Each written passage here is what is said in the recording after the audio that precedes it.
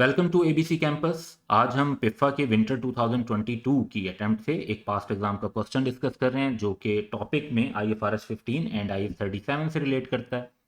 Question ये है कि Dennison machinery company begins production on new machine in July 2020 and sales 100 units at 5000 per machine. तो unit cell किए उन्होंने 100 और पर machine 5000 bye it's year and 31 December 2020। Each machine is under warranty for 1 year only. The company estimates, based upon past experience with a similar machine, that warranty cost will average 200 per unit. Further, as a result of parts replacement and services rendered in compliance with machinery warranties, it incurs 4,000 in warranty cost in 2020, but rupees 16,000 in 2021. तो 4,000 की cost उनकी, फिर warranty की जब आप obligation ले लेते हैं तो फिर वारंटी पे एक्सपेंसेस भी होते हैं। उसमें वो बता रहे हैं कि 2020 के अंदर ही जिस ईयर में सेल की थी उसी ईयर में 4,000 का एक्सपेंडिचर करना पड़ा और नेक्स्ट ईयर में 16,000 का करना पड़ा। अब क्वेश्चन की रिक्वायरमेंट है तीन। पहली ये कि जर्नल एंट्रीज पास करें जब सेल की 100 मशीन की, फिर वारंटी एक्सपेंस को कैसे रिकॉर्ड करेंगे और एस्टिमेटेड वारंटी कॉस्ट सेपरेटली। फिर थर्ड है कि वारंटी कॉस्ट को कैसे अकाउंट फॉर करेंगे 2021 में, जो कि हालांकि हमने मशीन सेल कर दी थी 2020 में। अब इसमें एक यहाँ पर इशू है कि जो एग्जामिनर का सोल्यूशन तो खैर यहाँ पर अवेलेबल नहीं था इस अटैम्प्ट का उनकी वेबसाइट पर, लेकिन जिस तरीके से रिक्वायरमेंट्स पूछी गई हैं उससे लग रहा है कि वो IAS 37 को अप्लाई करवाना चाहते हैं। बट मेरे ओपिनियन में यहाँ पर इस तरह की सेल पर जब आपको शुरू से ही वारंटी का पता है कि आपने दी हुई है तो आपको सेपरेट परफॉर्मेंस ऑब्लिगेशन के तौर पर IFRS 15 अप्लाई करना चाहिए रेवेन्यू को रिकॉर्ड करने के लिए। लेकिन मैं आपको दोनों तरीके से सोल्यूशन यहाँ पर इस वीडियो में दूंगा। पहले IFRS 15 के मुताबिक जो मेरी ओपिनियन में ज़्यादा बेहतर सोल्यूशन होगा, तो हम जर्नल एंट्रीज का फॉर्मेट बना लेंगे।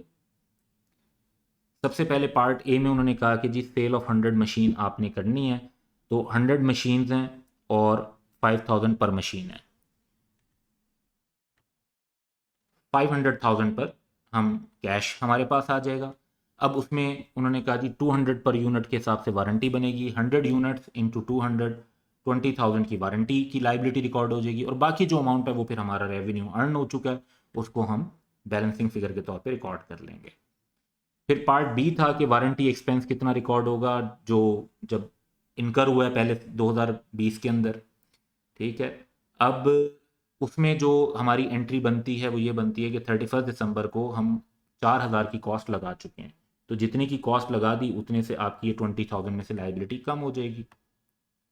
4,000 की कॉस्ट लगा दी और पेमेंट कर दी, लाइबिलिटी कम हो गई। फिर आपने बाद में 16,000 की कॉस्ट लगा दी तो लाइबिलिटी मजीद कम हो गई। तो once again same entry, warranty की लाइबिलिटी डेबिट और कैश या बैंक क्रेडिट, और इस तरह से वारंटी का बैलेंस जीरो हो जाएगा।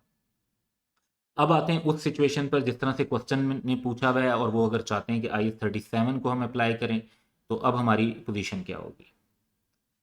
अब हम यहाँ पर IAS 37 अगर अप्लाई करते हैं तो उसमें भी हम जर्नल एंट्रीज का फॉर्मेट बना लेते हैं।